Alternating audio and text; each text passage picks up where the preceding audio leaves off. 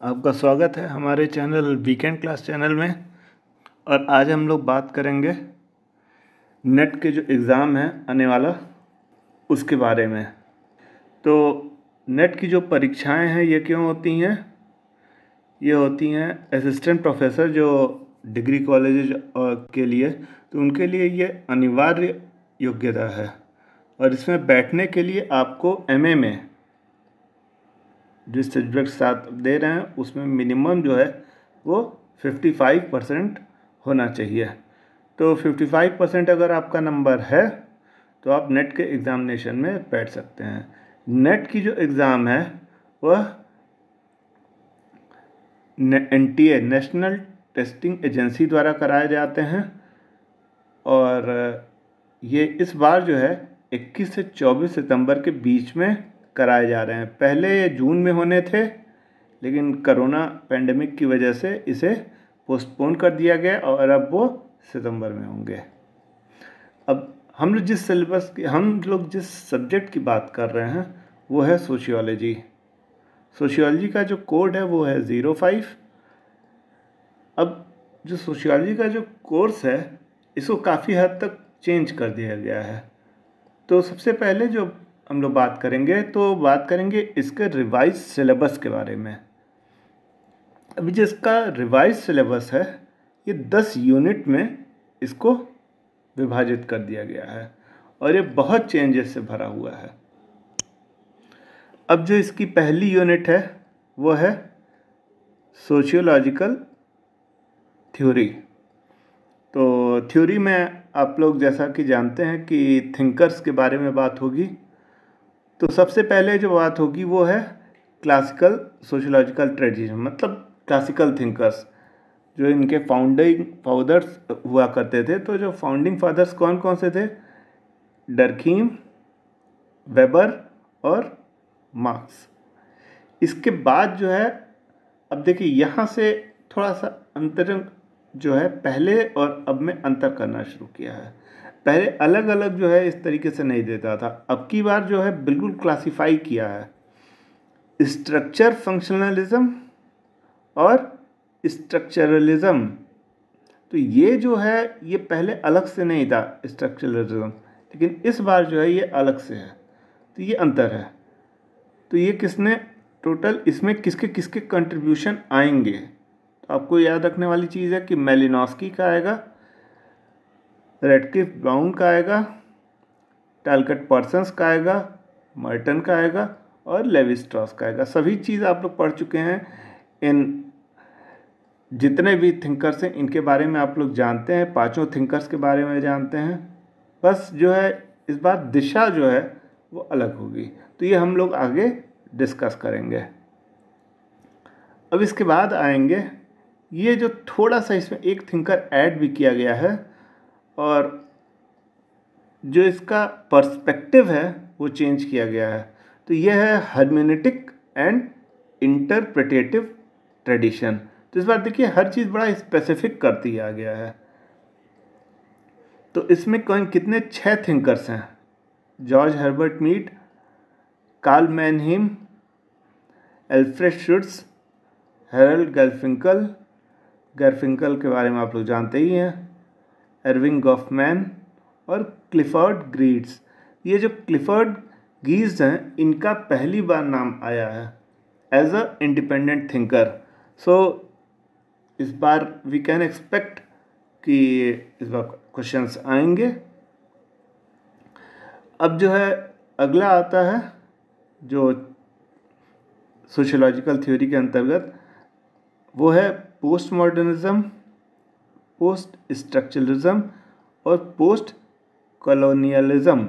अब आप देख रहे हैं कि तीनों जो हेडिंग हैं उसमें पोस्ट मॉडर्निज्म तो थी, अब ये दोनों जो हैं ये पहले दोनों थी पोस्ट कॉलोनियलिज्म, ये थोड़ा सा अलग सा है।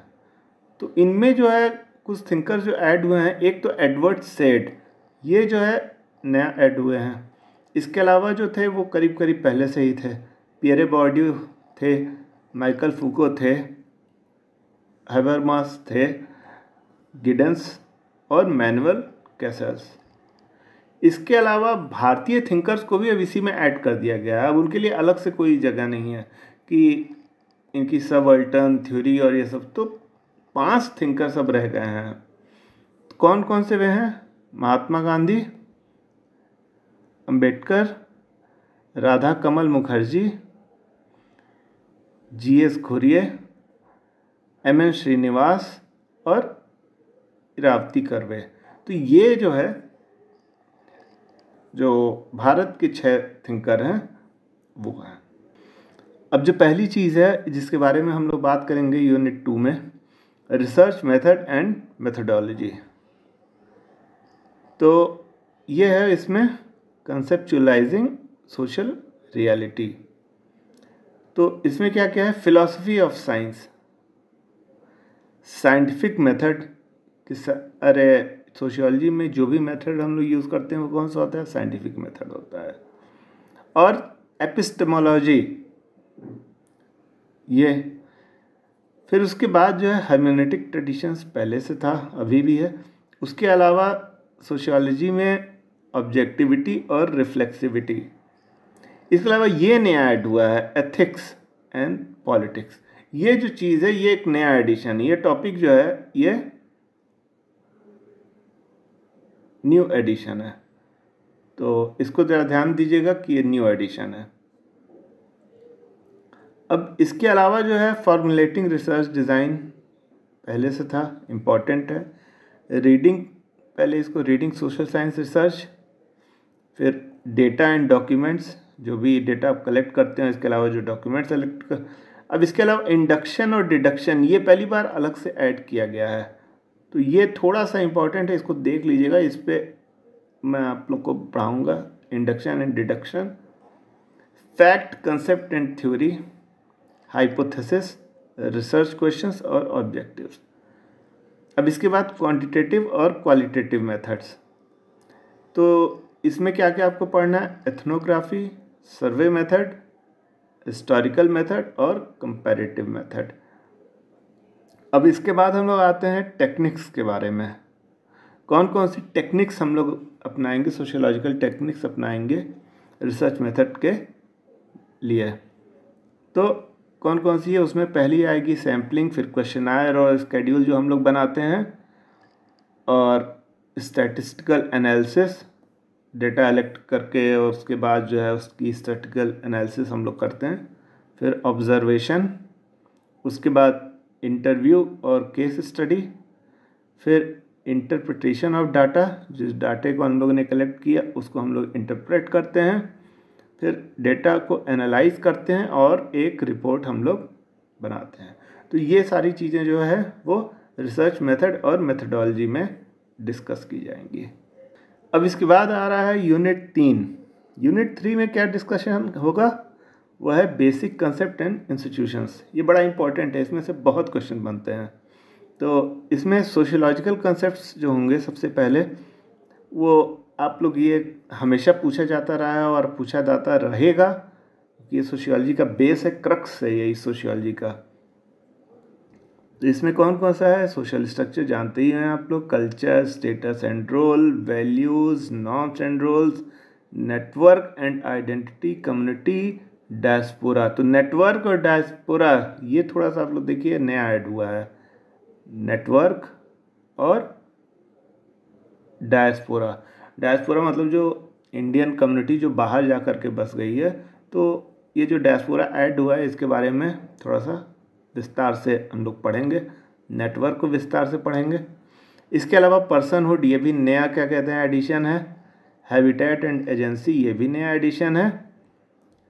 ब्यूरोक्रेसी हमेशा से थी, पावर एंड अथॉरिटी हमेशा से थी। इसके अलावा सोशल इंस्टीट्यूशंस, कौन कौन से सोशल इंस्टीट्यूशंस हैं? ये बहुत इंपॉर्टेंट है, हमेशा से रहा है। मैरिज था, फैमिली था, किनशिप था, economy, polity, religion, education, law और कस्टम्स। तो ये जो है हमेशा से रहा है। सोशल स्ट्रैटिफिकेशन, ये भी हमेशा से रहा है। इसमें कौन कौन से टॉपिक होंगे? Social difference, hierarchy, inequality and marginalisation, फिर कास्ट एंड क्लास, जेंडर, उसके अलावा इस बार जो है सेक्सुअलिटी एंड डिसेबिलिटी इसको ऐड किया गया है। रेस, ट्राइब और एथनिसिटी के आधार पे जो स्ट्रैटिफिकेशन होता है उसको भी ऐड किया गया है। अब सोशल चेंज एंड प्रोसेस, ये इसमें क्या है आप लोग पढ़ेंगे इवोल्यूशन एंड डिफ्यूज़न। ये थोड़ा सा ऐड किया गया ये चीज़, इवोल्यूशन और डिफ्यूज़न। इसके अलावा मॉडर्नाइजेशन एंड डेवलपमेंट था, लेकिन अलग टॉपिक के रूप में इस बार ऐड किया गया है। सोशल ट्रांसफॉर्मेशन एंड ग्लोबलाइजेशन, ये तो था ही। सोशल मोबिलिटी बहुत इम्पॉर्टेंट और शुरू से थी।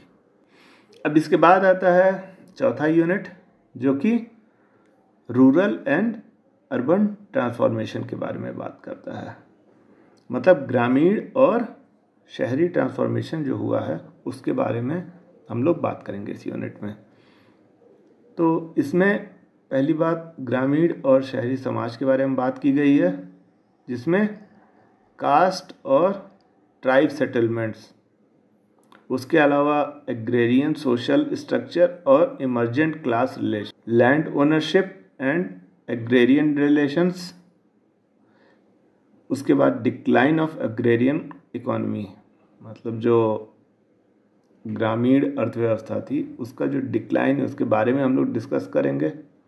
फिर उसके बाद डीपीजेंटाइजेशन और माइग्रेशन, मतलब कैसे ग्रामीण अर्थव्यवस्था में लोगों ने अब गांव देहात को छोड़ करके शहर की ओर जाना शुरू किया, उस बारे में भी बात करेंगे। डीपीजेंटाइजेशन ये नया टॉपिक है, ऐड हुआ है।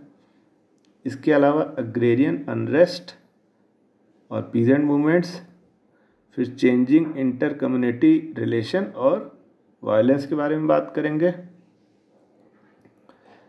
फिर जो है इसका दूसरा topic urban society, urban society cities के बारे में। अर्बन मतलब शहरीकरण, तो अर्बनिज़म जो है वो एक फिनोमेना होता है जहाँ पे शहर बनने की शुरुआत होती है, तो अर्बनिज़म। उसके बाद अर्बैनिटी एक तरीका है, उसके अलावा अर्बनाइजेशन शहरीकरण। तो इसके बाद जो है इसमें डिस्कस करेंगे हम लोग टाउन्स, सिटीज़ और मेगा सिटीज़, फिर industry, service, business, neighbourhood, slum और एथनिक एनक्लेव। ये एथनिक एनक्लेव नया टॉपिक है। इसके अलावा आप देखिए मिडिल क्लास और गेटेड कम्युनिटीज़, तो ये जो है ये सब नए टॉपिक्स हैं जिनके बारे में आप लोग को बताएंगे। इसके बाद है अर्बन मूवमेंट्स और वायलेंस, ये भी देखिए नया टॉपिक है। अर्बन मूवमेंट्स के साथ वायलेंस को ऐड किया गया है। अब जो यूनिट 5 है उसमें स्टेट पॉलिटिक्स और डेवलपमेंट के बारे में बात की गई है। तो इसमें सबसे पहले जो है भारतीय परिप्रेक्ष्य में बात की जाएगी, जो पॉलिटिकल प्रोसेस है भारतीय परिप्रेक्ष्य में। तो tribe, nation state and border, इनकी बात की जाएगी। उसके बाद ब्यूरोक्रेसी की बात की जाएगी, कि उसके बाद गवर्नेंस की बात की जाएगी और डेवलपमेंट की बात की जाएगी। पब्लिक पॉलिसी, पब्लिक पॉलिसी में किसकी किसकी, हेल्थ, एजुकेशन और लाइवलीहुड। इसके बाद political culture, grass root democracy, law and society, gender and development, corruption जो कि फैला हुआ है, role of international development organisation. तो ये जो है हम लोग इसमें डिस्कस करेंगे। इसके अलावा जो है social movements and protest, social movements and protest में हम लोग क्या डिस्कस करेंगे, political factions, pressure groups, caste के आधार पे जो मूवमेंट्स हुए हैं उनको, एथनिसिटी, उसके अलावा आइडियोलॉजी, जेंडर, डिसेबिलिटी, रिलीजन और रीजन के आधार पे जो मूवमेंट हुए हैं उनको। उसके अलावा हम लोग डिस्कस करेंगे सिविल सोसाइटी और सिटीजनशिप के कंसेप्ट के बारे में। उसके अलावा डिस्कस करेंगे एनजीओज के बारे में। उसके बाद एक्टिविज़म एंड लीडरशिप, और उसके अलावा अंत में रिजर्वेशन एंड पॉलिटिक्स। ये जो यूनिट 5 है इन चीज़ों के बारे में होगा। बाकी के जो 5 यूनिट हैं इसको हम लोग अगले लेक्चर में डिस्कस करेंगे। तब तक के लिए धन्यवाद।